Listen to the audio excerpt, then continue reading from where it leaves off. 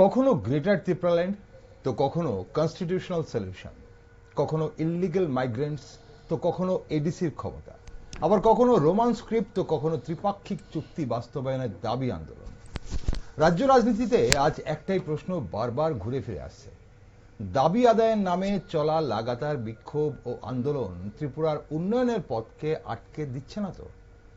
রাজ্যের শাসক জোটের শরিক হলেও তিপ্রামথা যখন বারবার রাজপথে নেমে আসে, যখন সাধারণ মানুষের মনে একটা স্বাভাবিকভাবে সন্দেহ জাগিয়ে তোলে, এটা কি আন্দোলন নাকি ক্ষমতার ভেতরে থেকেও আলাদা রাজনীতি করার কৌশল? একদিকে সরকারে থাকা, অন্যদিকে সরকারের বিরুদ্ধেই রাজপথের স্লোগান। এই দ্বৈত চরিত্র কি আদৌ গণতান্ত্রিক রাজনীতির স্বচ্ছ উদাহরণ, নাকি এটা শুধুই চাপ সৃষ্টি করে দর কষাকষি রাজনীতি? আরো বড় প্রশ্ন, জনজাতিদের স্বার্থ রক্ষার নামে কি রাজ্যে বিভাজনের রাজনীতি ধীরে ধীরে জোরালো হচ্ছে? যে রাজ্য বহু বছর ধরে সংঘাত, বিচ্ছিন্নতাবাদ আর অবিশ্বাসের মূল্য দিয়েছে, সেখানে আবার কি সেই পুরনো ক্ষত খুঁচিয়ে তোলা হচ্ছে? ত্রিপ্রামথা দাবি করে তারা পাহাড়ের বঞ্চনার কণ্ঠস্বর, কিন্তু প্রশ্ন হলো, এই দাবি রাজনীতিতে কি সত্যি পাহাড়ের সাধারণ মানুষের জীবন বদলাতে পারছে, নাকি উন্নয়ন প্রকল্প, বিনিয়োগ, পর্যটন আর কর্মসংস্থানের সম্ভাবনাকে অনিশ্চয়তার মুখে ঠেলে দিচ্ছে? এখানে এসে দাঁড়ায় বিজেপির সবকা সাথ সবকা বিকাশের প্রশ্ন। রাজ্য যদি শাসক শরিক আন্দোলনী প্রশাসন ব্যস্ত থাকে, তাহলে রাস্তাঘাট অবরুদ্ধ হয়, বারবার অস্থিরতার বার্তা দেয়, তাহলে উন্নয়নের গতি কি বাধাপ্রাপ্ত হচ্ছে না? তবে কি এই মুহূর্তে সবচেয়ে গুরুত্বপূর্ণ প্রশ্ন কি জানেন? ত্রিপ্রামথা কি সত্যি জনজাতি স্বার্থ রক্ষার শেষ ভরসা, নাকি ত্রিপুরার রাজনীতিতে আরেকটি পরিচয় ভিত্তিক শক্তির জন্ম দিচ্ছে? নমস্কার, আমি দীপেন আর আপনারা দেখছেন নিউজ ভ্যানগার্ড। রাজ্য রাজনীতি ও পাহাড়ের উন্নয়ন নিয়ে একটি গুরুত্বপূর্ণ আলোচনায় আজ আমার সাথে রয়েছেন প্রদেশ বিজেপির সাধারণ সম্পাদক বিপিন দেববর্মা। স্বাগত বিপিন বাবু আপনাকে। নমস্কার, এবং নিউজ ভ্যানগার্ড পরিবারকে আমার তরফ থেকে অনেক অনেক শুভেচ্ছা অভিনন্দন। বিপিন বাবু, প্রথমেই একটা জিনিস জানতে চাইবো আপনার কাছে, আপনার নজরে পাহাড় কেমন আছে? আজ পাহাড়ের সাধারণ মানুষ কি আগের তুলনায় নিরাপদ ও ভালো আছেন? মানে শরিক দলের আন্দোলনের মধ্যে সবকা সাথ সবকা বিকাশ পাহাড়ে কতটা বাস্তবায়িত হচ্ছে? প্রথমে আমাদের সরকার আসার পর দীর্ঘ 25 বছর সিপিএম এর শাসন এবং এই 7 থেকে 8 বছরের যে সুশাসন, এটার মধ্যে অনেক আমূল পরিবর্তন মানুষ দেখতে পেয়েছে, বিশেষ করে আমাদের প্রত্যন্ত জনজাতি এলাকার মধ্যে। যেমন আমরা যদি বাস্তবে যদি আমরা ইডিসির বর্তমান যে কন্ডিশন, আপনারা দেখবেন যে 2018-তে বিজেপি সরকার আসার পর শিক্ষাক্ষেত্রে হোক বা রুট কানেক্টিভিটি হোক বা এই যে ছোট ছোট স্কিমগুলা, যেমন প্রধানমন্ত্রী আবাস যোজনা, এটা আমরা গ্রাউন্ড লেভেলে কাজ করার পরে যেটা আমাদের কাছে অনুভব হয়েছে যে প্রধানমন্ত্রী আবাস যোজনা প্রায় কম ছিল এই রিসি এলাকার মধ্যে। আমাদের সরকার আসার পর যে সাধারণ মানুষকে কিভাবে একটা উপকৃত করা যায়, যাদের বাড়ি ঘর নেই পাহাড়ে, তাদেরকে প্রধানমন্ত্রী আবাস যোজনার মধ্যে একটা স্পেশাল প্যাকেজের মাধ্যমে যেভাবে একটা প্রায়োরিটি দিয়েছে পাহাড়কে, তো সেটার মধ্যে একটা আমরা আমূল পরিবর্তন দেখতে পেয়েছি। প্রায় প্রত্যেকটা এলাকার মধ্যে, যেমন জাস্ট উদাহরণস্বরূপ ওয়েস্ট ত্রিপুরা হোক বা সিপাহীজলা, মোটামুটি শহরের কাছাকাছি যে ডিস্ট্রিক্টগুলো আছে সেখানে তো হচ্ছেই, এবং পাহাড় থেকে পাহাড়ের ভিতরে, যেমন আপনার উদাহরণস্বরূপ যেমন চন্দিপুর বিধানসভা, কত প্রত্যন্ত এলাকা, ওই জায়গার মধ্যে সিপিএম এর 25 বছরে তারা কোনো সময় বাড়িঘর পায়নি ওইখানে। আচ্ছা, সাধারণ বেসিক যে গড় থাকার জন্য, তো ওইখানে 40 পরিবার ছিল একটা গ্রাম। 40 পরিবারের মধ্যে 40 পরিবারকে প্রধানমন্ত্রী আবাস যোজনা প্রদান করা, তার পাশাপাশি ওইখানে একটা অঙ্গনবাড়ি সেন্টার করা। তো এইরকম অনেকটা যে আমূল পরিবর্তন আমরা দেখতে পেয়েছি। তার মধ্যে রোড কানেক্টিভিটি, বিশেষ করে আমাদের স্টেট হাইওয়ে এবং ন্যাশনাল হাইওয়ে যে রাস্তাগুলো হচ্ছে, ম্যাক্সিমাম সব এখন কিন্তু ট্রাইবেল এলাকার মধ্যে। ট্রাইবেল এলাকা মানে এডিসি এলাকার মধ্যে রাজ্য সরকার এবং কেন্দ্র থেকে যে ন্যাশনাল হাইওয়েগুলো হচ্ছে সেটাও কিন্তু ট্রাইবেল এলাকার মধ্যেই হচ্ছে। এবং পাশাপাশি আমাদের যে আপনার যে প্রশ্ন যে পাহাড় এখন কেমন আছে? কেমন আছেন, বর্তমান আমাদের রাজ্য সরকার যেভাবে প্রায়োরিটি বেসিসে পাহাড়কে গুরুত্ব দিয়ে কাজ করে যাচ্ছেন এবং আগামী দিনকেও আমাদের নরেন্দ্র মোদীজি এবং মানিক সাহাজির নেতৃত্বে যে সরকার, এই সরকার উন্নয়নমুখী সরকার, জনকল্যাণের সরকার। এই সরকার প্রায়োরিটি বেসিসে জনজাতিদেরকে গুরুত্ব দিয়েই কিন্তু পাহাড়ে অনেকগুলা কাজ হচ্ছে রাজ্য সরকারের মাধ্যমে। ওকে, কিন্তু 2021-এ যখন মহারাজার নেতৃত্বে যে সরকার এস্টাবলিশ হয়েছে, এডিসির মধ্যে ক্ষমতায় এসেছে, মানুষকে যে আশা আকাঙ্ক্ষা দিয়ে, যে প্রতিশ্রুতি দিয়ে ওনারা সরকারে এসেছে, বাস্তবে ঠিক তার উল্টো, যে 5 বছর হতে যাচ্ছে আর কয়েক মাস পরে 5 বছর সম্পূর্ণ হবে। কিন্তু এই 5 বছরে এমন কোন 5টা যে ডেভেলপমেন্ট ওয়ার্ক তারা আজ অব্দি সাধারণ মানুষকে তারা দেখাতে পারেনি। এবং আমরাও যারা জনজাতি, সে বিজেপি করুক, কংগ্রেসই করুক বা সিপিএমই করুক, যেহেতু মহারাজার নেতৃত্বে একটা সরকার এসেছে, সবাই একটা আশাবাদী ছিল যে উনি কিছু করবেন।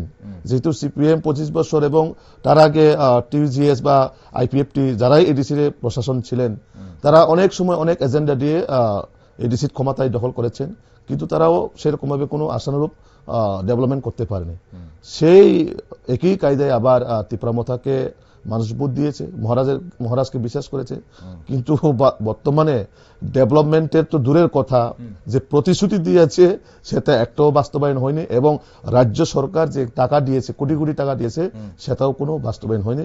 তো রাজ্য সরকার যত সম্ভব এডিসিকে গুরুত্ব দিয়ে ডেভেলপমেন্ট করার চেষ্টা করছেন এবং করে যাচ্ছেন, কিন্তু এডিসি প্রশাসন থেকে যেভাবে ডেভেলপমেন্ট হওয়ার কথা, মানুষ বিশেষ করে এডিসির এলাকার মধ্যে যারা আমাদের জনজাতিরা আছেন, সবাই একটা মানে হতাগ্রস্ত, সবাই একটা আশা ছিল যে মহারাজের নেতৃত্বে অনেক কিছু ডেভেলপমেন্ট হবে। বিপিন বাবু, এখানে আপনারা বলছেন যে পাহাড় ভালো আছে, বা ধরুন পাহাড়ে আপনি প্রধানমন্ত্রী আবাস যোজনা বলুন বা রোড কানেক্টিভিটি বলুন, বা সবগুলো সুযোগ সুবিধা পাচ্ছে। আমি আরো বিস্তারিত যাব, কিন্তু এখন শুধু বিরোধী দল নয়, আপনাদের শরিক দলই জনজাতিদের কোনো উন্নয়ন হচ্ছে না বলে দাবি করছে, এবং রাজনীতির মূল কেন্দ্রবিন্দুতে এটাই এসে দাঁড়িয়েছে যে জনজাতিরা কোনোভাবেই উন্নত হয়নি, এবং তার জন্যই এই দাবি নিয়ে, বিভিন্ন দাবি নিয়ে কিন্তু রাস্তায় নেমে আসছে আপনাদেরই শরিক দল। এখন বিজেপি সরকার ক্ষমতায় আসার পর জনজাতিদের উন্নয়নের আপনি যে বলছেন যেগুলো হয়েছে, তাহলে বিরোধীরা আপনাদের দিকে দোষারোপ করছে। আপনি বলছেন এডিসি, বা আপনারা বলছেন যে এডিসি সঠিকভাবে কাজ করেনি, তার যারা দায়িত্ব সেটা পালন করেনি। আর এদিক থেকে তিপ্রামথা যারা এডিসি চালাচ্ছে, তারা বলছে সরকার থেকে যথেষ্ট সহযোগিতা পাওয়া যায়নি এবং জনজাতিদের জন্য যতটুকু প্রয়োজন ছিল ততটুকু করেনি জাতীয় দল, এবং বিজেপিও সেটা করেনি। এখন সমস্যা হচ্ছে যে আপনারা একে অপরকে দোষারোপ করছেন, সাধারণ মানুষ কাকে বিশ্বাস করবে, কেন বিশ্বাস করবে? দেখুন, একটা বিষয় এখানে, জনজাতিদের জন্য যে কিছু করেননি, এই যে কথা ওনারা বারবার বলে যাচ্ছেন, বা কোন কোন সময় ভাষণে আমরাও শুনতে পাই যে জনজাতিদের জন্য বিজেপি বা ন্যাশনাল পার্টি কিছু করেনি। আমি তো আপনাদের মাধ্যমে ওনাকে প্রশ্ন করতে চাই, উনি যখন একটা সময় কংগ্রেসে ছিলেন, তখন কংগ্রেসও কোন একটা সময় কেন্দ্রে শাসন ছিলেন, তো জনজাতিদের জন্য ওনারা বা উনি কতটুক কথা বলেছেন ডেভেলপমেন্টের জন্য? তৎকালীন এখানে বামফ্রন্ট সরকার ছিল, উনি কতটুক এই রাজ্যের সিপিএম তখন ছিল, এই রাজ্যের মধ্যে জনজাতিকে পিছিয়ে রেখেছিল, তখনই উনি কোথায় ছিলেন? তখনই ওনার সরকার ছিল কেন্দ্রের মধ্যে, উনিও একটা কংগ্রেসের লিডার ছিলেন, তখন ওনার পরিবার থেকেও কিন্তু রাজ পরিবার থেকেও কেউ সাংসদ হয়েছেন, কেউ মন্ত্রী হয়েছেন, তখনই কেন জনজাতিদের জন্য ডেভেলপমেন্টের কথা ভাবেননি ওনারা? তো এটা আমার প্রশ্ন 1 নাম্বার। দ্বিতীয় হচ্ছে, বর্তমান সরকার ভারতীয় জনতা পার্টির সরকার যেভাবে এডিসিকে কোটি কোটি টাকা দিয়েছে, মানে ডেভেলপমেন্ট তো কিছুই করেনি, ব্যক্তিগত ডেভেলপমেন্ট হয়েছে, বাট সাধারণ মানুষের জন্য কিছু ডেভেলপমেন্ট করেনি। যা হচ্ছে সেটা একমাত্র আমাদের রাজ্য সরকারের মাধ্যমে হচ্ছে এডিসি এলাকার মধ্যে। বর্তমান সরকারের মানে দৃষ্টিভঙ্গি, সে আগরতলা শহরেই হোক বা গ্রাম পাহাড়ে হোক, একই সমান অধিকার দিয়ে ডেভেলপমেন্ট করে নিচ্ছেন। এবং বর্তমানে আমাদের শিক্ষাক্ষেত্রে, যখন আমাদের রাজ্যে বামফ্রন্ট সরকার ছিল, তখন মাত্র 3 থেকে 4টা একলব্য স্কুল ছিল। বর্তমান আমাদের সরকার আসার ঠিক 5 বছরও হয়নি তখনই কিন্তু আমাদের রাজ্যে প্রায় 13 থেকে 14টা একলব্য স্কুল অলরেডি স্যাংশন হয়ে এসছে এবং সম্পূর্ণ হয়ে গেছে।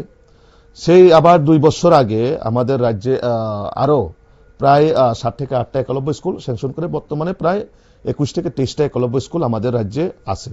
তো যদি আমি 25 বছরের কম্পেয়ার এবং 8 বছরের কম্পেয়ার 7 বছরের কম্পেয়ার যদি আমি করি তাহলে তো এই জায়গার মধ্যে আকাশ পাতাল পার্থক্য আমরা দেখতে পাই। আপনি একলব্য স্কুলের কথা বলছেন, এদিক থেকে তো এটাও কিন্তু অভিযোগ আসে যে আপনাদের আমলে স্কুল মার্জার হয়ে বিভিন্ন স্কুল বন্ধ হয়ে যাচ্ছে, বহু স্কুল বন্ধ হয়ে গেছে এবং বিশেষ করে এডিসি এলাকাতে অনেক স্কুলে শিক্ষক নেই বা শিক্ষক স্বল্পতা রয়েছে, প্লাস অনেক স্কুল এমন আছে যে একজন শিক্ষককে দিয়ে চালানো হচ্ছে।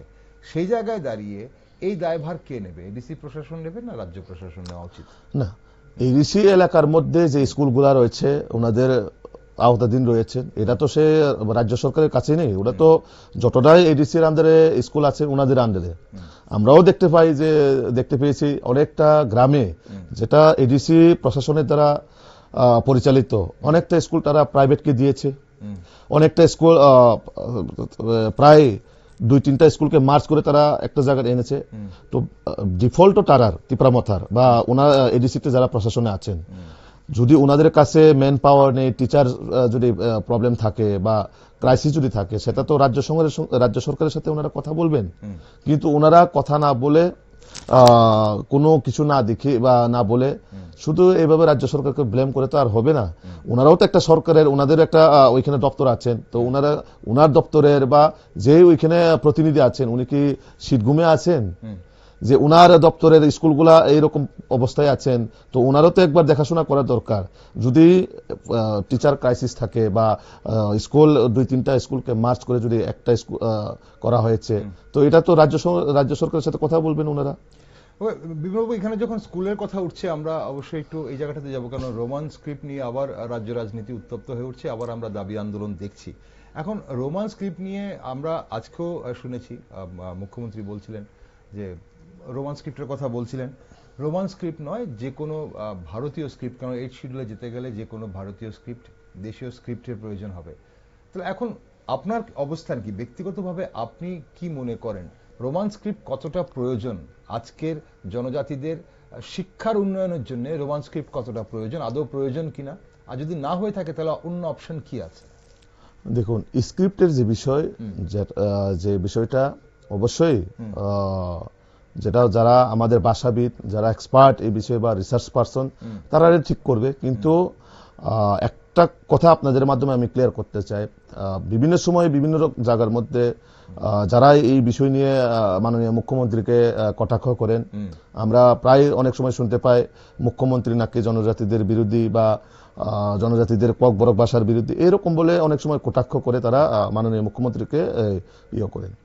তো এটার মধ্যে মুখ্যমন্ত্রী কোনো জায়গায় বা কোনো মঞ্চে কোনো সময় বলেনি যে জনজাতিদের জন্য ককবরক প্রয়োজন নাই বা ককবরক শেখার প্রয়োজন নেই, এরকম কোনো মন্তব্য করেন। ওনার মুখ্যমন্ত্রী বলেছেন ককবরক জানা প্রয়োজন সবার, প্রত্যেক রাজ্যবাসীর ককবরক জানা প্রয়োজন, এমনটা মুখ্যমন্ত্রী বলেছেন। তো মুখ্যমন্ত্রী বলেছেন যে আমরা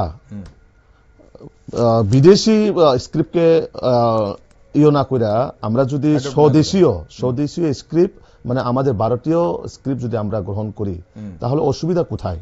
1। 2 নাম্বার, যদি আমরা দেবনাগরিক যদি আমাদের সমস্যা হয় বা আমাদের তামিলও যদি আমাদের সমস্যা হয়, বাংলাও যদি আমাদের সমস্যা হয়, তাহলে আমরা নিজে থেকেও একটা তৈরি করতে পারেন। তো মুখ্যমন্ত্রী তো 2 রাস্তা আমাদের জন্য খোলা রেখেছেন, যাতে আমাদের ভাষার সম্মান এবং আমাদের ভাষার ডেভেলপমেন্ট যাতে হয়, তার জন্য তো 8 শিডিউলে নেওয়ার জন্য মাননীয় মুখ্যমন্ত্রী বলেছেন। তো ওনারা বারবার একটা ইস্যু নিয়ে, একটা এজেন্ডা নিয়ে যেভাবে মানুষকে বিভ্রান্ত করার জন্য চেষ্টা করে যাচ্ছেন, তো সেটা অবশ্যই যারা ভাষাবিদ ওনারা এটার উত্তর দিবেন। ভাষা একটা ডেভেলপমেন্ট। তাহলে এই যে বারবার ককবরকের ভাষার রোমান স্ক্রিপ্টের দাবি নিয়ে বারবার রাস্তায় নেমে আসা, বা ধরুন যেভাবে আন্দোলন চলছে বা আন্দোলনে যেভাবে তীব্রতা দেওয়া হয়, এটা কি সম্পূর্ণই রাজনৈতিক কৌশল বলে আপনার মনে হয়? হ্যাঁ, এটা আমি টোটালি বলবো এটা রাজনৈতিক কৌশল। কারণ তাদের কাছে কোনো ইস্যু নেই বর্তমানে। তাদের কাছে মানুষের জন্য কথা না বলে, মানুষের ডেভেলপমেন্টের কথা না ভেবে, ওনারা একটা ইস্যু নিয়ে মাঠে ময়দানে কিভাবে আবার সেই একই কায়দায় একটা ইস্যু নিয়ে পাহাড়ে একটা বিভ্রান্ত করার, আমাদের মধ্যে একটা বিভ্রান্ত সৃষ্টি করার জন্য একটা শ্রেণীর লোক বরাবর চেষ্টা করে যাচ্ছেন যে স্ক্রিপ্ট নিয়ে, স্ক্রিপ্টের ইস্যু নিয়ে তারা এরকম ভাবে পাহাড়কে উত্তপ্ত পরিবেশ তারা করার চেষ্টা বরাবর করে যাচ্ছে। ওকে, এখন এই পাহাড়কে উত্তপ্ত করার কথা আপনি বলেন, পাহাড়কে উত্তপ্ত করার পেছনে তীব্রামথার কি স্বার্থ রয়েছে? তাহলে কি তীব্রামথা যেটা বলছিল যে পাহাড়ে জাতীয় দলকে যেতে দেওয়া হবে না বা ঢুকতে দেওয়া হবে না, বা অন্য কোনো রাজনৈতিক দলকে যেতে দেওয়া হবে না, সেটাই কি মূল উদ্দেশ্য, নাকি এর পেছনে অন্য কোনো আরো বৃহৎ কারণ রয়েছে বলে জানেন? থাকতে পারে অনেক কিছু, কিন্তু আমি এই মুহূর্তে বলবো যে এডিসি তো কারোর বাপের সম্পত্তি নয়। এডিসির মধ্যে যে কোনো পার্টি যেতে পারে, যেহেতু আমরা সবাই ডেমোক্রেসি কান্ট্রিতে আছি বা গণতন্ত্রের দেশে আছি, সবার জন্য সবার সমান অধিকার আছে যে রাজনৈতিক করার। ওনারাও রাজনীতি করে, আমরাও করি। তো তাদের একটাই বিষয় যে পাহাড়ে তারা যে মানে 2021 থেকে আজ অব্দি মানুষকে যেভাবে একটা ইস্যু নিয়ে তারা বিভ্রান্ত করার চেষ্টা করে যাচ্ছেন, যেটা হচ্ছে আমাদের যে ত্রিপুরাসা অ্যাকর্ড বা বিভিন্ন সময় বিভিন্ন এজেন্ডা নিয়ে তারা পাহাড়কে কন্ট্রোল করার চেষ্টা করেছে। সেটা আমরা আগেও দেখেছি যে যখন টিউজিএস হোক বা আপনার আইএনপিটি হোক বা আইপিএফটি হোক, বিভিন্ন সময় আমরা বিভিন্ন পার্টি আমাদের এখানে তৈরি হতে দেখেছি। সবাই একই টার্গেটকে, এডিসি বা স্বশাসিত জেলা পরিষদকে ক্ষমতায় নেওয়ার জন্য। কিন্তু বর্তমানে আমরা দেখতে পাই যারা তীব্রামথা বা এখন তো জানি না এই নামও থাকবে কিনা, যেহেতু ওয়ান নর্থ ইস্ট অলরেডি সব জায়গার মধ্যে একটা স্লোগান উঠে এসছে। তো মানুষ তো বিভ্রান্ত, মানুষ সবাই এখন মানে নিরুপায়। আমরা কি আদৌ কি তীব্রামথা থাকবে, নাকি আদৌ কি ওয়ান নর্থ ইস্টে কনভার্ট হয়ে যাবে? তো তীব্রামথা যদি হয় তাহলে নিশ্চয়ই একটা এজেন্ডা থাকবো, বা এখানের ত্রিপুরাসা জনজাতি গোষ্ঠী মানে জনজাতিদের জন্য কোনো কিছু করবে, বা এরকম একটা আশা আকাঙ্ক্ষা ছিল। যেমন তারা অ্যাকর্ড করেছেন, অ্যাকর্ডের মাধ্যমে কোনো কিছু হবে। আবার তারাই একই কায়দা, আবার এখন ইলেকশন আসছে, আবার একই কায়দায় তারা ওয়ান নর্থ ইস্ট এই একটা এজেন্ডা আবার সেট করলো। কিন্তু আমরা দেখতে পেয়েছি, বা আমার যারা পূর্বপুরুষরাও সবাই দেখেছেন, যে যারা মানে কমিউনিটি বেসড পার্টি, মানে যেমন আঞ্চলিক দল, যেমন আপনার আইএনপিটি, তাদের এখানে কিন্তু কোনো সময় সে মুসলিম হোক বা সে বাঙালি হোক, কাউকে কিন্তু ওই পার্টিতে জয়েন বা যোগদান সভা করাতে দেখিনি আমরা। তারা জাতির জন্য লড়াই করেছেন, জাতির জন্য তারা আন্দোলন করেছেন, জাতির জন্য ওনারা কিন্তু মাঠে ময়দানে দীর্ঘদিন ধরে তারা ছিল। সেই রকম আমরা আইপিএফটিকেও আমরা দেখতে পাই, তারাও কিন্তু কোনো সময় মানে বিশেষ করে নন জনজাতি বা মুসলিমকে তারা কোনো সময় কিন্তু পার্টিতে তারা যোগদান করায়নি। তো সেই একই কায়দা মহারাজাও প্রথমে যখন 2021-এর আগে সে কংগ্রেস থেকে পদত্যাগ দেওয়ার পরে এনজিওর মাধ্যমে একটা প্ল্যাটফর্ম তৈরি করেন, সেখানে জাতির জন্য কিছু কাজ করার উনি আহ্বান রাখেন। ঠিক আছে, ভালো কথা, এনজিওর প্ল্যাটফর্মে সামাজিক কাজ হতেই পারে বা করবো মানুষে। কিন্তু আস্তে আস্তে ত্রিপুরার যে ইতিহাসের যে সিনারিওটা চেঞ্জ করে আসছে, যেমন আপনার তীব্রামথা এস্টাবলিশ হওয়ার পর জনজাতিদের জন্য এজেন্ডা নিয়ে তারা কিন্তু ইলেকশনে প্রার্থী দিয়েছেন এবং জয় হয়েছেন।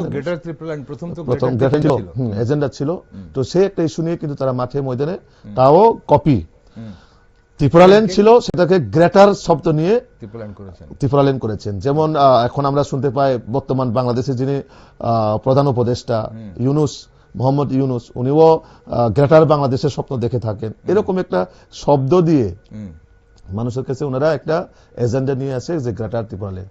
ভালো কথা, আসতেই পারে মানুষ একটা দাবি নিয়ে।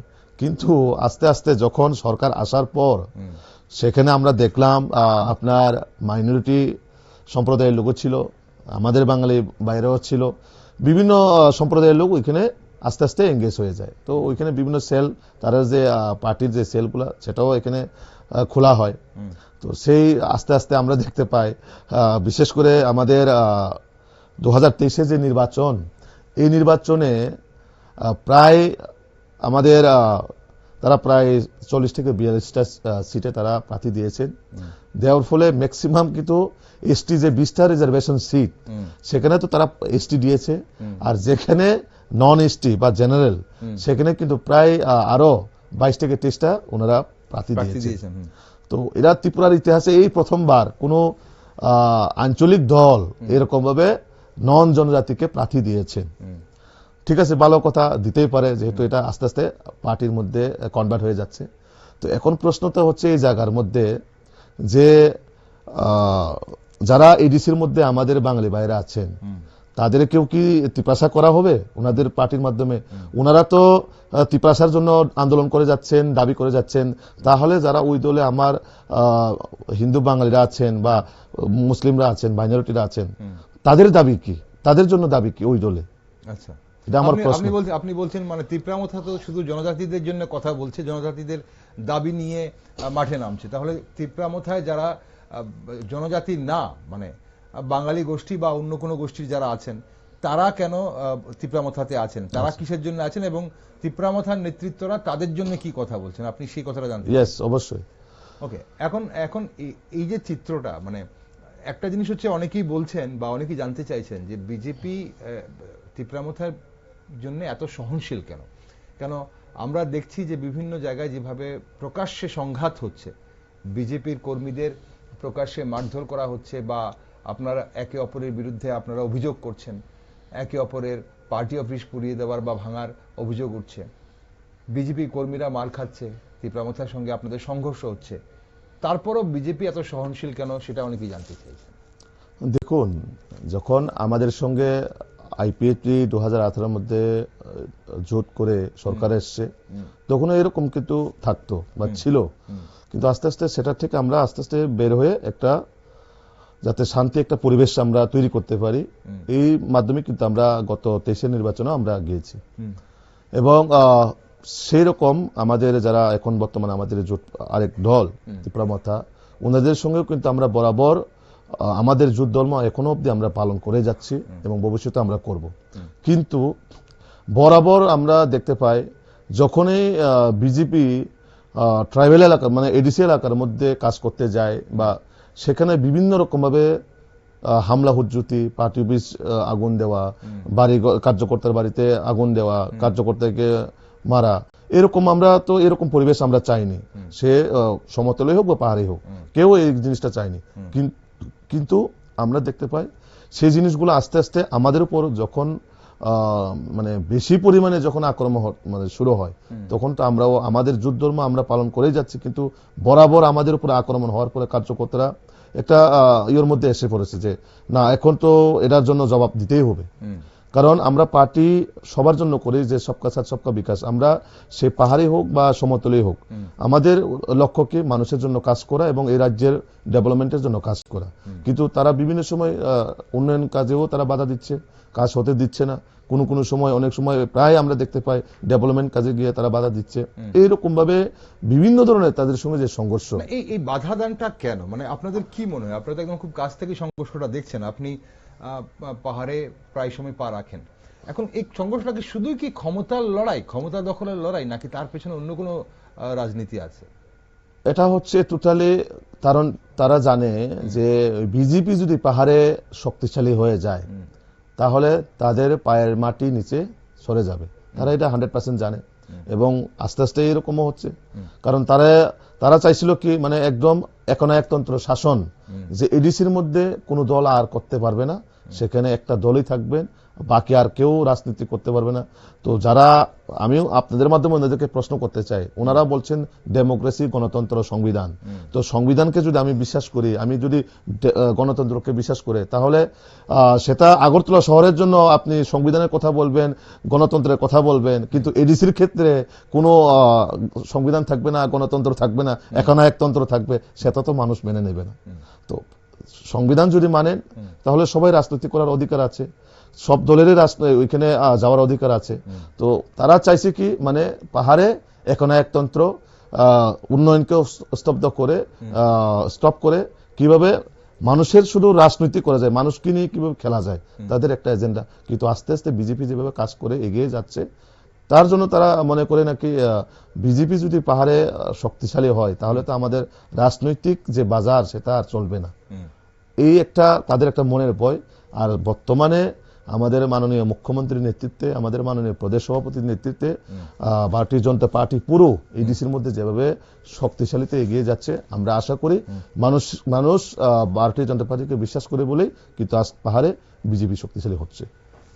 বাবু, আপনি যুবদের রিপ্রেজেন্ট করেন, আপনি যুব আইকন।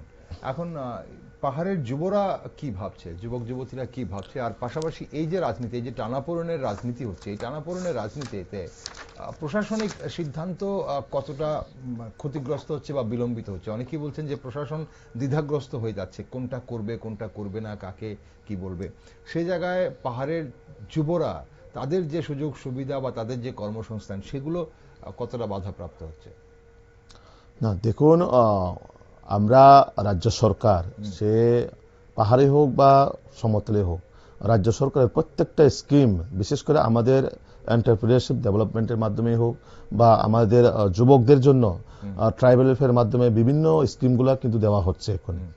প্রায় সেই স্কিমের মাধ্যমে যেমন ফ্রিতে অটো দেওয়া, প্রত্যেক যুবকদেরকে 25,000 টাকা করে দেওয়া, ছোট ছোট একটা স্মল, যারা চাকরি করবে তো করবেই, যারা চাকরি পাবে, যারা পরীক্ষা দিয়ে পাশ করবে তারা তো পাবেই, কিন্তু যারা বেকার তাদের কেউ যাতে তাদের একটা নিজস্ব কোনো কিছু তৈরি করতে পারে বা নিজের একটা এন্টারপ্রেনিয়রশিপ ডেভেলপমেন্ট করতে পারে, তার জন্য কিন্তু রাজ্য সরকার সেই বরাবর স্কিমগুলো দিয়ে যাচ্ছে। এবং এখন একটা শ্রেণীর লোক যুবকদেরকে নিয়ে একটা বিভ্রান্ত সৃষ্টি করে যে বিজেপি যুবকদের জন্য কিছু করেনি, এরকম প্রায় আমরাও স্লোগানে শুনতে পাই বা ভাষণে আমরা শুনতে পাই। বর্তমানে তারা মানুষের যে সঠিক পথ দেখানো সেটা ভুলিয়ে সবাইকে রাজনৈতিকের মধ্যে পরিবর্তন করে, ম্যাক্সিমাম আপনি দেখবেন যারা পড়াশোনা করে আসছেন বাইরে থেকে, তারাও কিন্তু মোটামুটি এখন আমাদের স্টেটের মধ্যেও কেউ টিসিএস অফিসার হচ্ছেন, কেউ বিভিন্ন সে ডক্টর হোক বা ইঞ্জিনিয়ার হোক, টিপিএসসির মাধ্যমে যে পরীক্ষাগুলো হচ্ছে সেখানেও কিন্তু ভালো ভালো মার্কস নিয়ে অনেকে চাকরি করছেন, ব্যাংকেও আছেন। তো এইরকম ভাবে যারা ওই পরিবেশ থেকে বাইরে হয়ে যারা আসে, তো তারা লাইফ এস্টাবলিশ হচ্ছে। কিন্তু যাদেরকে কিছু শ্রেণীর লোক বিভ্রান্ত করে, কখনো ধর্মের নামে, কখনো জাতির নামে, তো একটা শ্রেণীর লোক এই জায়গার মধ্যে কিন্তু বিভ্রান্ত রয়ে গেছে। তো তার জন্য কিন্তু এখন বরাবর অনেকে মনে করে নাকি রাজ্য সরকার জনজাতি যুবকদের জন্য কিছু করে। তো সরকার যখনই কোনো কিছু দেয় তখন তো সবার জন্যই একইভাবে সমান অধিকার দেওয়া হচ্ছে। ওকে, এখন এই যে বারবার রাজনৈতিক বক্তব্যের মধ্যে আমরা একে অপরের বিরুদ্ধে অভিযোগগুলো শুনছি, বিশেষ করে শাসক শরিকের মধ্যে, আপনারা এডিসি নির্বাচন ঘনিয়ে আসছে, এখন বিশেষজ্ঞরা বলছেন যে নির্বাচনকে কেন্দ্র করেই এই টানাপোড়েন চলছে বা একে অপরের বিরুদ্ধে চলছে।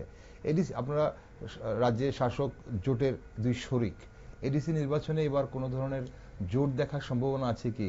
তিপ্রামথা এবং বিজেপি নির্বাচনে জোট দেখার সম্ভাবনা আছে কি? আমাদের প্রথমে একটা বিষয়, আমাদের কাজ কিন্তু সরকারে আসা, ক্ষমতা দখল করা এরকমটা না। আমাদের লক্ষ্য হচ্ছে মানুষের জন্য কাজ করা, এই রাজ্যকে জাতি জনজাতি সকল অংশের মানুষের জন্য ডেভেলপমেন্টের দিকে এগিয়ে নিয়ে যাওয়া। এখন অ্যালায়েন্স কি হবে কি হবে না বা থাকবে কি থাকবে না সেটা আমাদের দিল্লি ঠিক করবে। আমরা তো আর এখানে বসে অ্যালায়েন্সটা ঠিক করিনি, সেটা আমাদের দিল্লি দেখবেন। এখন অ্যালায়েন্স তো বারবার তো তিপ্রামথা সরকার থেকে বেরিয়ে যাওয়ার হুমকি অনেকবারই দেওয়া হয়েছে, এবং রাজ্যের যারা নেতৃত্বরা আছেন তাদের গুরুত্ব কমিয়ে দিয়ে দিল্লির নেতৃত্বের কথা বারবার তিপ্রামথা বলেন। এই ব্যাপারটাকে আপনারা কিভাবে দেখেন? না দেখুন, ওনারা রাজ্যের নেতাদের গুরুত্ব দেয় কি দেয় না সেটা দিয়ে তো আর বিজেপি রাজনীতি করে না। বিজেপির মতন কাজ করেন, মানুষের জন্য কাজ করবেন। এখন দিল্লিতে গিয়ে তারা আমরাও প্রায় দেখেছি যে কোনো সময় বর্মরাতে যখন ওনারা আন্দোলন করেন, কখনো বলেন যে দিল্লি থেকে ফোন এসছে এবং কাজের কাজ তো কিছু হয়নি, যেতে দেখা যায় কিন্তু কাজের কাজ কিছু হয়নি। দিল্লি থেকে আসলে কিছু হবে বা এরকম ভাবে মানুষকে একটা আশ্বাস দেয়, কিন্তু বাস্তবে তো সেটা কোনো রকম ভাবে আমরা সেটার কোনো দেখিনি। কিন্তু একটা বিষয় তারা জানে যে এই রাজ্যে বিজেপি যেভাবে কাজ করে যাচ্ছেন সেটার মধ্যে তাদের যে এজেন্ডাগুলো নিয়ে তারা কাজ করতে পারবে না বা ক্ষমতা দখল করতে পারবে না, কারণ বিজেপি তো আলটিমেটলি নিজের ডেভেলপমেন্টের মাধ্যমে মানুষের মন জয় করে নিতেছে। এবং বিশেষ করে তারা সবসময় কথা বলেন যে দিল্লির সঙ্গে কথা বলবো বা অ্যালায়েন্স থাকবে না। যদি বিজেপি তো আর তাদেরকে জবরদস্তি রাখিনি অ্যালায়েন্সে, এটা ওনাদের সিদ্ধান্ত হবে, ওনারা কি থাকবে কি থাকবে না এটা ওনারা চিন্তা করবেন। আমরা তো আর জবরদস্তি কাউকে আমরা ধরে রেখিনি যে আপনারা থাকুন বা বসে থাকুন, ওনারা ঠিক করবেন। অনেকেই এখন অভিযোগ করছে যে রাজ্যে বিভাজনের রাজনীতি করছে তীব্রামথা, মানে জনজাতি বনাম অন্যদের বিভাজনের এই অভিযোগ বিজেপি, আপনারা কিভাবে দেখছেন, বিজেপি কিভাবে দেখছে? ওইটাই আমি যে একটু আগে বললাম, ওনারা কখনো বলে তিপ্রাসা মানে জনজাতিদের জন্য, এখন ওনাদের দলে যারা আমার হিন্দু বাঙালি বাইরে আছেন বা যারা আমার মায়েরা আছেন এবং যারা তীব্রামথার তো প্রথমেই যাদের ইয়ে ছিল, ট্যাগলাইন ছিল যে পয়লা জাতি উলু পার্টি, তাহলে প্রথমে জাতি, তারপরে বাকি সবগুলো তো পরে এসছে। প্রায় অনেকটা এরা এখন বললে প্রায় 5-6,000 যে লান ওয়াস যে অনেকটা, হ্যাঁ ওয়ান লাস্ট ফাইট, এরপরে আপনার কুছ না কুছ মিলেগা কুছ না কুছ হোগা। এখন তো আমরা আজ তো বলে যেদিন তাদের সমাবেশ হয় ওই দিনে এটাও শুনতে পেয়েছি যে গ্রেটার ত্রিপুরাল্যান্ড আজ না হোক, আমি মরে গেলেও হইতে পারে, সেটার কোনো টাইমলাইন নাই বা সীমাবদ্ধ নেই, সেটা 10 বছর পরেও হতে পারে, 20 বছর পরেও হতে পারে। তো এইরকম একটা বক্তব্য আমরা শুনতে পাই। তো এটা হচ্ছে মানুষের কাছে একটা মানে একটা কি বলবো, বাচ্চাদেরকে একটা ললিপপ বা চকলেট দেখানোর মতন। তো মানুষ আলটিমেটলি জানে তাদের এজেন্ডা কি। তো পয়লা জাতি উলো পার্টি যারা স্লোগান দেয় বা বলে আসছে, তো যারা তিপ্রাসার জন্য কথা বলে বা বলে যাচ্ছেন, এখন আমাদের যারা হিন্দু বাঙালি বা যারা ওইখানে মাইনরিটিরা আছেন তাদের অবস্থানটা কোথায় হবে ওই জায়গা, তাদের জন্য কি দাবি থাকবে? ওনার তো দাবি সবসময় যে তিপ্রাসা অ্যাকর্ড যে তিপ্রাসার জন্য যে অ্যাকর্ডগুলা করা হয়েছে ওইখানে বাঙালিদের জন্য কি এবং মুসলিমদের জন্য কি? যারা ওই দলে আজকে প্রায় আমরা শুনতে পাই ম্যাক্সিমাম যারা মাইনরিটি, ওনারাও এখন কক বড়কে প্রায় নিজেকে তিপ্রাসা বলেই সম্বোধন করেন। আমি তো আমার জানা নেই যে আজও কোনো মাইনরিটি তিপ্রাসা বলে সম্বোধন হয় কিনা বা কোনো জায়গায় সার্টিফিকেট পাইছে কিনা। তো এটা ওনারা পাতি ঠিক করবেন। চাইলে আপনারা ভিডিও দেখতে পারেন যে ভাষণে ডাইরেক্টলি বলে যাচ্ছেন যে আমরা তিপ্রাসা, এরকম একটা তারা নিজেদের স্বঘোষিত তিপ্রাসা বলে এসটি সার্টিফিকেট কি ওনারা পাবেন? না, এটা তো কোনোভাবে শুধু এসটি সার্টিফিকেটের জন্য পাওয়ার জন্য নাকি এটা অন্য কোনো স্মরণের জন্য? ভারতে আমার যতটুকু জানার মতে ভারতের সংবিধান তো সেটা পারমিট করবে না। যদি এখন মহারাজ যদি দেয় আলাদাভাবে তো হয়তো বা হইতে পারে, বাট ভারতের উনি কি সেটা দিতে পারেন কি? দিতে পারে না, দিতে পারবেন। এটা তো সংবিধান দিবে এবং আমাদের প্রশাসন দিবেন, সেটা তো আর উনি দিবেন না। যদি এক্সট্রা কোনো প্রভিশন নিজের থেকে দেওয়া থাকে তো অবশ্যই উনি হয়তো বা দিতে পারেন। তীব্রামথা যদি একতরফা যখন তিপ্রাসাদের জন্য যদি দাবি করে আসে, এবং আপনি যেটা শুরুতেই বলছিলেন যে 42টা আসনে লড়াই করেছে রাজনৈতিক দল, তাহলে যদি কোনো রাজনৈতিক দল যদি শুধু একটি জাতিগোষ্ঠীর কথা বলে এবং যে রাজ্যে বহু জাতিগোষ্ঠী থাকে সেখানে সেটা একটা বিভাজনের রাজনীতি হচ্ছে বলে অনেকেই দাবি করছেন, এবং সেটা একটা রাজনৈতিক দলের সুপ্রিমো বা অন্যান্য নেতৃত্বরাও কিন্তু একই পথে হাঁটছেন বলে দাবি করছেন। সেই অভিযোগটাকে বিজেপি কিভাবে, যেহেতু আপনাদের শরিক দল, আপনারা কিভাবে সেই ব্যাপারটাকে হ্যান্ডেল করছেন? না দেখুন, এই বিভাজনের রাজনীতি সেটা শুধু এই পার্টি নয়, যারাই আমাদের এখানে বিভিন্ন সময় বিভিন্ন আঞ্চলিক পার্টি যখনই আমাদের এখানে এস্টাবলিশ হয়েছেন তারা প্রত্যেকেই এই বিভাজনের রাজনীতি করে কিন্তু মাঠে ময়দানে, বিশেষ করে জনজাতিদের কথা বলেই কিন্তু তারা মাঠে ময়দানে রয়েছেন। এবং এখন তো প্রায় আপনার আইএনপিটিও নেই, টিইউজিএসও নেই বা আইপিএফটি আছে আলাদাভাবে, কিন্তু ম্যাক্সিমাম যে ছোট ছোট আঞ্চলিক পার্টিগুলো আছে এটা তো পুরো ভেঙেই চুরমার করে ত্রিপুরামথাতে কনভার্ট হয়ে গেছে। তো বিভাজনের রাজনীতি শুধু এখন নাই, তারা একটা শ্রেণীর লোক কিন্তু এই মতার থেকেও কিন্তু চেষ্টা করে যাচ্ছেন বারবার যে মানে বিভাজনের রাজনীতি যাতে থাকুক, যাতে আমরা শুধু ট্রাইবাল সম্প্রদায়ের মধ্যে যাতে আমরা থাকতে পারি। কিন্তু এখন ওয়ান নর্থ ইস্ট হওয়ার পরে তো আরো বৃহৎ আকারে শুধু ত্রিপুরা নয়, পুরা উত্তর পূর্বাঞ্চলে তাদের পার্টিগুলো আস্তে আস্তে কনভার্ট হয়ে যাচ্ছে বা যাবে। কিন্তু আমরা এই যে শরিক দল হিসেবে আমরা দেখি মানুষের জন্য কাজ করা, অবশ্যই আমরা যুদ্ধধর্ম আমরা পালন করে যাব।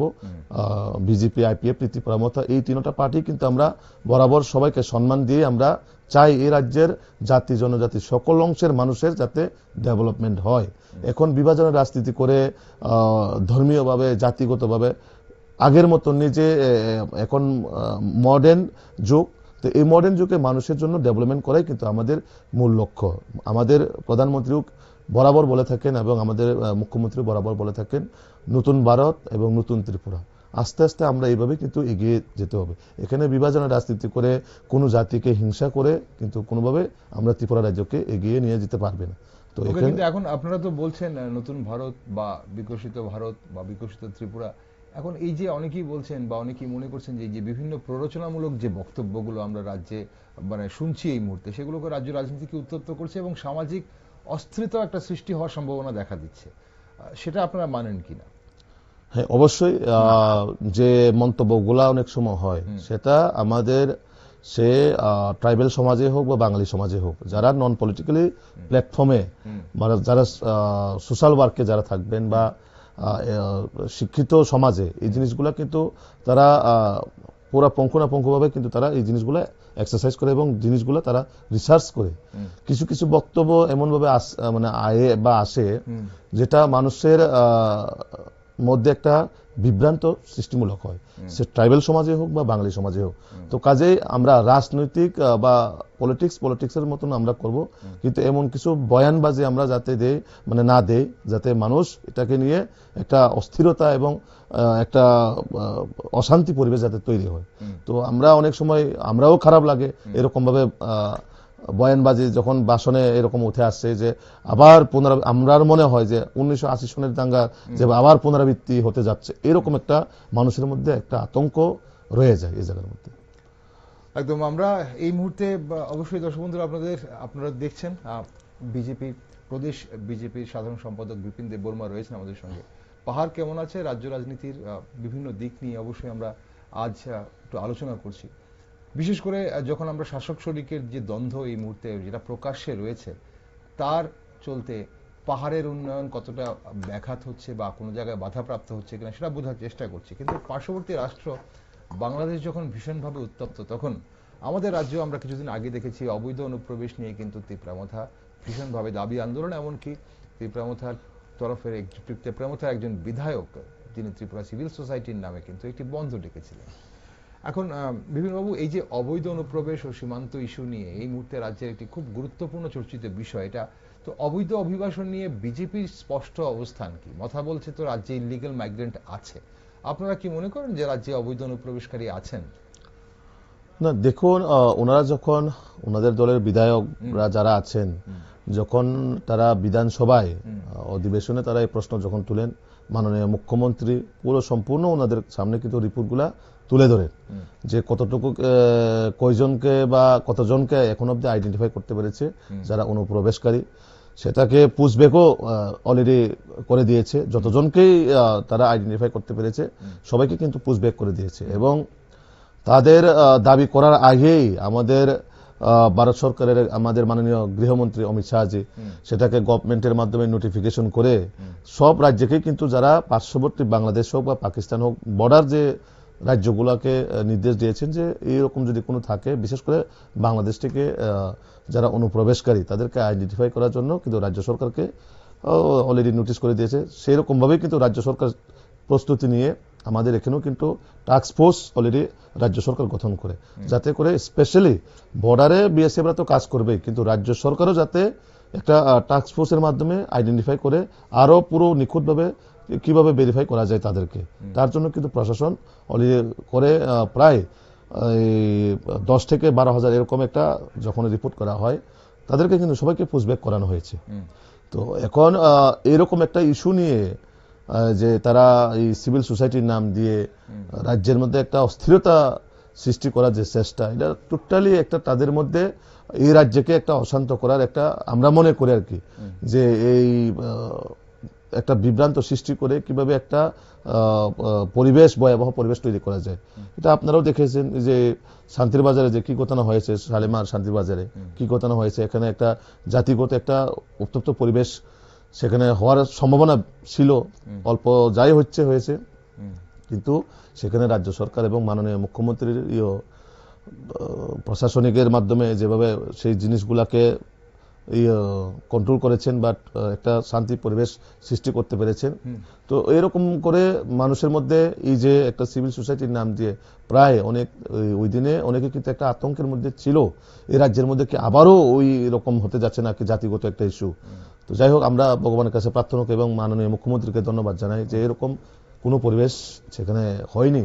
তো বাংলাদেশি বা অনুপ্রবেশকারী যে বিষয়টা রাজ্য সরকার এবং কেন্দ্র সরকার পুরো নিখুঁতভাবে দেখছেন এবং যাদেরকে আইডেন্টিফাই করতে পারছেন তাদেরকে সবাইকে কিন্তু পুষবেগও করা হচ্ছে। তো এখানে এই বিষয় নিয়ে রাজনৈতিক করা আমার মনে হয় এটা ঠিক না। যদি এরকম থাকতেই পারে, যদি এসে তো সরকারকে সহযোগিতা করবেন ওনারাও। সরকারকে বলে সবাইকে বলে দেখেছেন যদি কারোর নজরে এরকম আসে অবশ্যই সরকারকে সহযোগিতা করবেন, প্রশাসনের সঙ্গে যোগাযোগ করবেন। ওকে, অনুষ্ঠানের প্রায় শেষ পর্বে চলে এসেছি আমরা এখন। ভীমবাবু, আপনি তো রাজনীতি করছেন এবং পাহাড়ে আপনি পা রেখেই রাজনীতি করছেন। অনেকেই এটা অভিযোগ করেন যে অনেক রাজনীতিক নেতারা আগরতলা শহরে বসে রাজনীতি করেন, যারা প্রত্যন্ত এলাকার একটা হসপিটাল ভিজিট করেন না, হসপিটালে বেডে যে শুয়ে রয়েছে যে রোগী তার সঙ্গে কথা বলেন না, বা স্কুলে গিয়ে দেখেন না সেখানে শিক্ষক আছে কিনা, ছাত্রছাত্রীরা কিভাবে শিক্ষা পাচ্ছে। আপনি রাজনীতি করছেন, আপনি পাহাড়ে গিয়ে রাজনীতি করছেন। এখন মথা এবং বিজেপির সম্পর্কটা ভবিষ্যতে কোন জায়গায় দেখছেন, যাতে পাহাড়ের উন্নয়নটাও বা কোন জায়গায় আগামী দিনে আপনারা দেখছেন? অবশ্যই আমরা সে তিপ্রামথা হোক বা আমরা বিজেপিও, আমরা যেভাবে কাজ করে যাচ্ছি মানুষের জন্য, ওনারাও যদি এই চিন্তাধারা যদি পরিবর্তন করে অবশ্যই আমরা 5 বছর কেন আমরা 10 বছর চালাতে পারবো। জোট সরকারে আমরা 10 বছর থেকে আরো অধিক যাতে আমরা কাজ করতে পারি, কিন্তু চিন্তা ভাবনা পরিবর্তন করতে হবে। যে বর্তমান চিন্তা ভাবনা, যে বর্তমান একটা পরিবেশ, এই পরিবেশ নিয়ে তো আর সামনে বেশি দিন এগিয়ে নিয়ে যাওয়ার সম্ভাবনা হবে না। তো মানুষের জন্য কাজ করার যদি চিন্তাধারাটা পরিবর্তন হয় তাহলে আমরা 10 বছর কেন 20 বছর কেন লম্বা টাইম আমরা জোট সরকার থাকতে পারবো। তো এটা আমি মনে করি ভারতীয় জনতা পার্টি যখনই যার লগে অ্যালায়েন্সে থাকে বা জোট থাকে তাদেরকে তাদের সম্মান দিয়ে কিন্তু তাদের সঙ্গে জোট ধর্ম পালন করে ডেভেলপমেন্টের দিকে এগিয়ে নিয়ে যাই আমরা।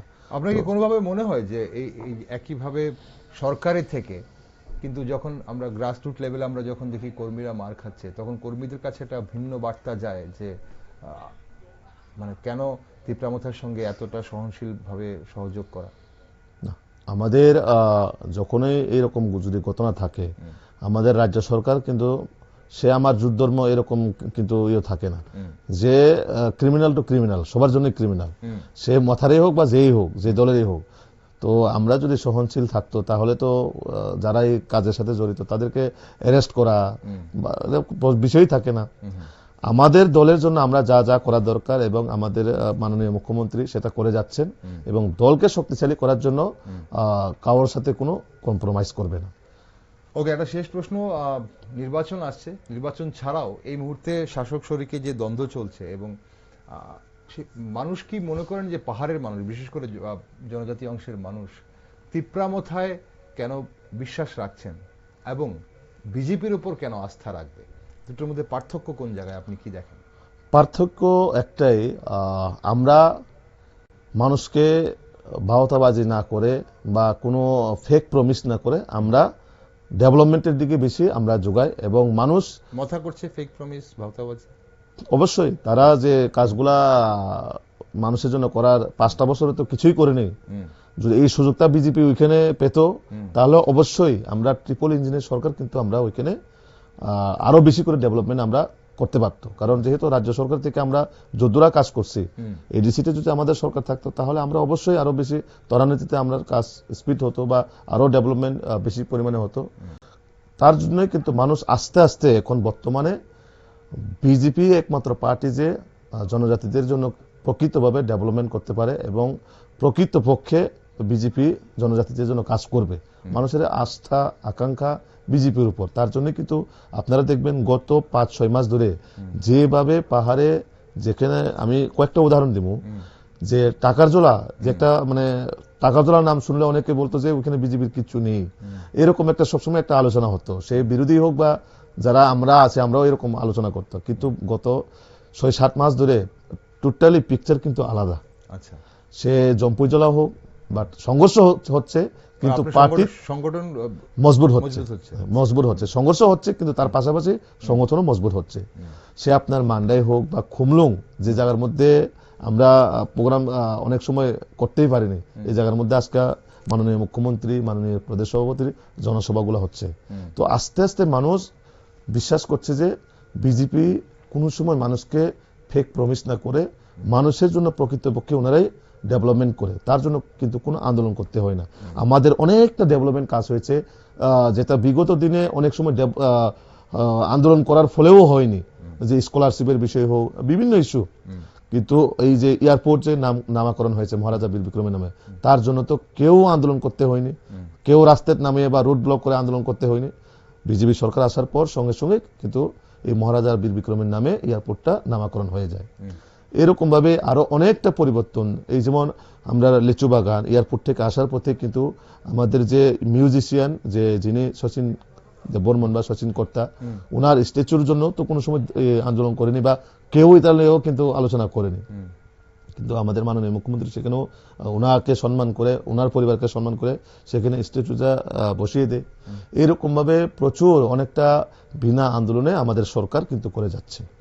তার পাশাপাশি অনেকটা এডিসির মধ্যে এই যেমন আপনার স্কুল তো আমি বললামই, তার পাশাপাশি রোড কানেক্টিভিটি, ইলেকট্রিক যে ফ্যাসিলিটিস বা ওয়াটার কানেক্টিভিটি, এইরকম অনেকটা স্কিমে যেটা কোনো আন্দোলন করতে হয়নি। তার জন্যই কিন্তু মানুষ বিশ্বাস করছে যে বিজেপির মধ্যে, বিজেপি একটা পার্টি, যে পার্টি উইদাউট আন্দোলন না করে মানুষের জন্য কাজ করে। ওকে বিপিন বাবু, তাহলে আপনার সঙ্গে এতক্ষণ আলোচনা করার পর মানে আমি কি একটা প্রশ্ন করতেই পারি যে আপনার কি এটা মনে হয় যে বিজেপি তিপ্রামথাকে ছাড়াই রাজ্যের এবং অবশ্যই বিশেষ করে জনজাতিদের বেশি উন্নয়ন করবে, তিপ্রামথাকে বাদ দিয়ে, মাইনাস তিপ্রামথা? না, যখন ডেভেলপমেন্ট হয় তখন কিন্তু আমরা কে তিপ্রামথা, কে আইপিএফটি, কে সিপিএম সেরকম আমরা আমি দলকে বাদ দিয়ে বলছি, মানুষের কথা বলছি না, আচ্ছা সমর্থকদের কথা বলছি না। মানে বিজেপি যদি একাই রাজ্যে থাকে, শাসনভারে থাকে, তাহলে কি সেখানে উন্নয়নটা আরো বেশি হবে বলে মনে করছেন? অবশ্যই বেশি হবে, কিন্তু তারা যদি মানুষের জন্য কাজ করার যে মানসিকতা, ওইটা পরিবর্তন যদি করে, অবশ্যই আমরা মিলেমিশে কিন্তু ডেভেলপমেন্টটা আরো বেশি আমরা করতে পারবো। ওকে, অসংখ্য ধন্যবাদ আজ সঙ্গে থাকার জন্য বিপিন বাবু, সময় দেওয়ার জন্য ধন্যবাদ। ধন্যবাদ, এবং আপনাদের মাধ্যমে নিউজ ব্যাংকারকেও আমি ধন্যবাদ জানাই। দর্শক বন্ধুরা, পাহাড়ে পা রাখলেই বোঝা যায় জনজাতি সমাজ আজ আর শুধু স্লোগান বা প্রতিশ্রুতি চায় না, তারা চায় বাস্তব উন্নয়ন। রাজপথের আন্দোলন নয়, পাহাড়ের মানুষ চায় ভালো রাস্তা, মানসম্মত শিক্ষা, সময় মতো চিকিৎসা, টেকসই কর্মসংস্থান আর নিরাপদ ভবিষ্যৎ। পরিচয় ও অধিকারের প্রশ্ন গুরুত্বপূর্ণ, কিন্তু তার চেয়েও জরুরি দৈনন্দিন জীবনের পরিবর্তন। বিভাজনের রাজনীতি নয়, পাহাড় ও সমতলের মধ্যে আস্থা ও স্থিতি আজ রাজ্যবাসীর মূল দাবি। রাজ্যের মানুষ চায় এমন রাজনীতি যেখানে ক্ষমতার দ্বন্দ্বের ঊর্ধ্বে উঠে উন্নয়নই হবে একমাত্র অগ্রাধিকার। তাই সে পথে কে হাঁটছে সেদিকে নজর রেখেছি আমরা, আর আপনারা সব খবরের জন্য চোখ রাখুন শুধুমাত্র নিউজ ভ্যানগার্ডে।